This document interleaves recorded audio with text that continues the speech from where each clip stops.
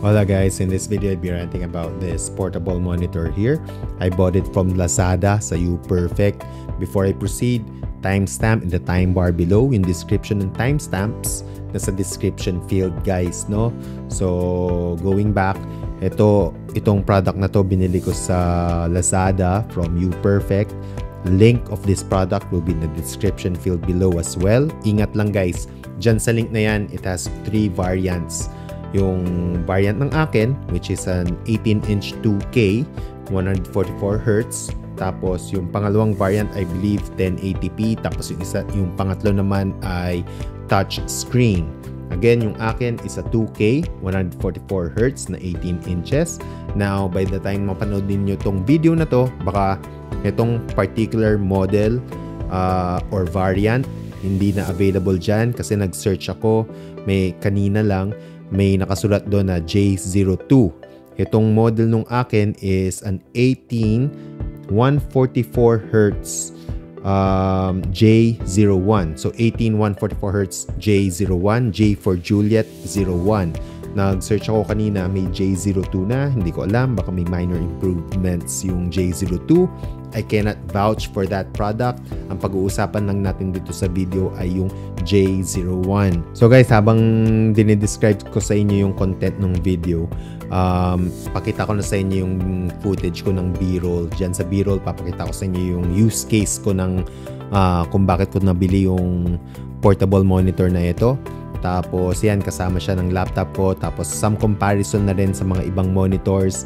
Ang mga monitors na papakita ko sa inyo or ikukumpara ko ito ay against a 27-inch at saka sa 41-inch at saka sa 15-inch na screen size, no? So ayan, I hope you find that useful for those na nagtataka kung maliit ba to, masyado malaki pa to, ano itsura niyan kung itatabi mo sa existing monitor mo, parang ganyan, no? Again, I hope you find that useful. So in this video, pag-uusapan natin yung features niya, tapos yung something about resolution and aspect ratio nung portable monitor, tapos some demonstration in regards to gaming. Tapos mapapakita nyo na rin dyan yung quality ng monitor. Makikita nyo yan dyan sa B-roll, pero pag-uusapan ko rin yan mamaya. Tapos as we head towards the end of the video, some remarks, conclusions, sulit ba siya, ganyan, no? So, umpisa natin sa features, guys, no? Ang features, to be fair, kung ano yung dinescribe sa website, gumagana nga siya. 2K siya. Actually, yung native resolution niya is 2560 by 1600, 144Hz. G-Sync and FreeSync compatible siya. HDR compatible siya. Pero in my personal opinion, hindi ganun kagandahan yung HDR niya. Tapos dito sa laptop na to, sa portable monitor na to, it comes with para siyang malaking iPad guys eh. Ayan oh. So bubuksan mo, gaganyanin mo. Tapos ganyan lang. Ayun. Tapos kapag gamit niyo siya, baka mahulog. Dito kapag nakalapag siya sa table, dito ko nilalagay yung speaker ko. Ayan, papakita ko sa inyo sa video. Nasa B-roll na yun kanina eh. Anyway, tanggalin ko muna tong cover. No? Sabi na malalaglag eh. Oh, anyway, ayan oh, facing the monitor, no? May butas siya dito guys. Oh. Ang idea niyan ay kung meron kang metal rod or ball pen, susuksok mo dyan, tapos may impromptu stand ka na. Tapos facing the monitor guys, nandito yung buttons for its features or options. Tapos facing the monitor sa right side, ayan, nandyan yung ports for the display input. In taas, that is the C1 connection, C2 connection sa baba. Ang alam ko interchangeable siya. Just look at the manual guys. Ako ginagamit ko yung C2 connection for the display input. Tapos yung C1 connection is for the power input. Kung madalian lang kayo guys, kunwari magpa-process lang kayo ng document, ganyan, Excel, ganyan, gagana to sa USB Type-C sa laptop ninyo o kaya sa desktop computer ninyo. Yun nga lang, medyo hindi bright. Yung brightness niya medyo mababa or kung na-stress na siya, mamamatay-matay siya. So, hindi siya reliable. Pero kung word processing lang or word document lang, Excel, PowerPoint, ganyan, kayang-kaya siya ng Type-C. Yun nga lang, reduced brightness. Kung gusto nyo ng mas stable ang connection, kailangan ninyong isaksak sa included adapter. Mas liliwanag yung screen at mas stable, no? Tapos, may built-in speaker din to. Pero it is next to useless kung balak ninyong manood ng movie gamit to. Tapos yung built-in speaker lang, hindi siya uubra, masyadong mahina. Tapos meron din siyang headphone jack, guys. Nasaan na yun? Ayun, nandito. Nasa facing the monitor, nasa right side. Medyo baliktad lang yung screen. Pero nasa right side siya, facing the monitor. May headphone jack. Pero then again, mahina pa rin. Hindi din maganda yung sound quality. So, sa likod naman, merong VESA mount, VESA, kung ano man yun. May mounting holes din siya sa likod. Kung gusto niyo siyang ilagay sa monitor stand. Damputin ko muna yung nalaglag. Para sa akin, guys, panalo to. Ang ganda nung, para siyang malaking iPad. Pwede na rin. In regards naman sa picture quality, color quality, guys, in my opinion, okay siya. Tatapat siya dun sa laptop ko. Sakto lang.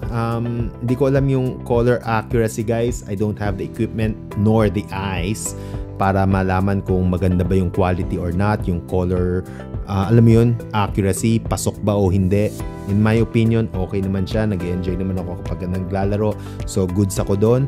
Nakikita ko sa comments sa Lazada, yung iba sinasabi hindi daw gumagana yung 144Hz. But, guys, be very careful. You better make sure yung laptop mo is capable.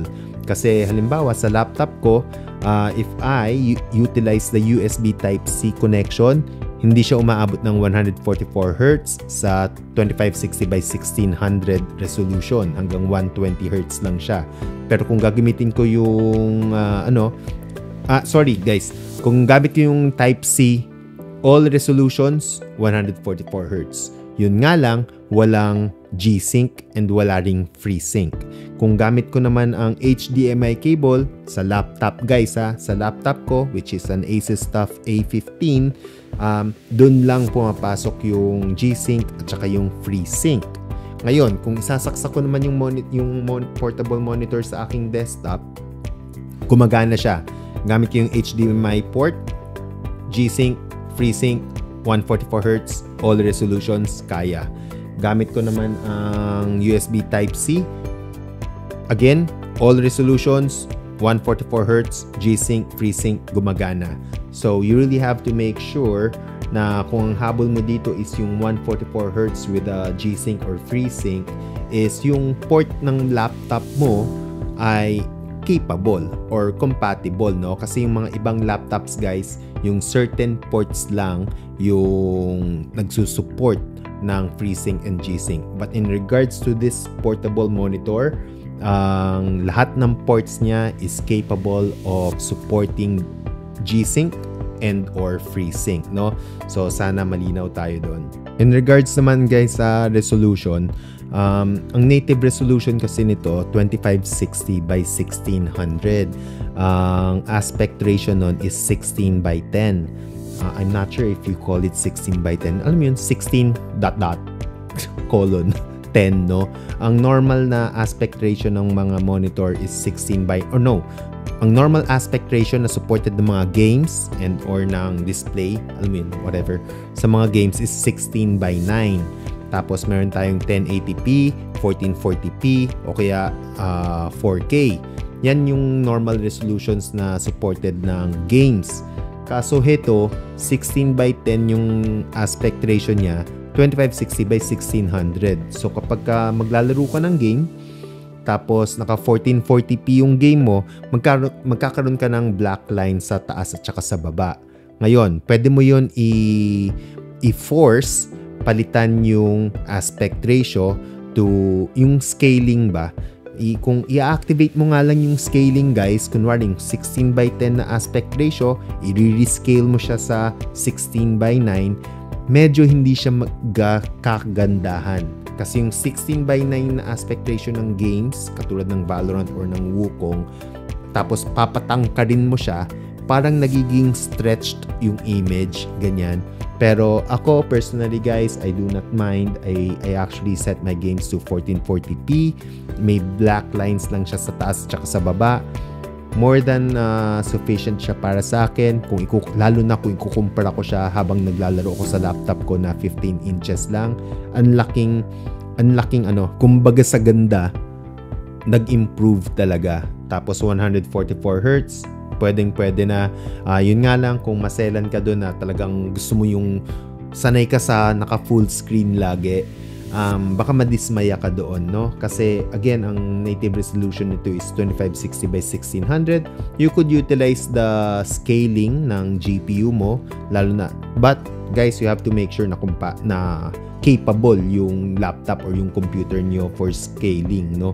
Yun nga lang guys, magiging stretched yung image. Yun lang yung masasabi ko in regards to yung aspect ratio at saka yung resolution. In regards naman sa sa gaming, heto ngayon yung napakita ko na sa B-roll yata kanina, 'di ba? Yung parang quality ng image, o kung hindi, yan siya. Yan siya yung itsura nung yan yung itsura nung, alam mo yun, yung mga text, ganyan. Clarity nung text kako. Tapos again guys, it is better, pardon my camera, no, hindi ako masyado kagalingan sa camera.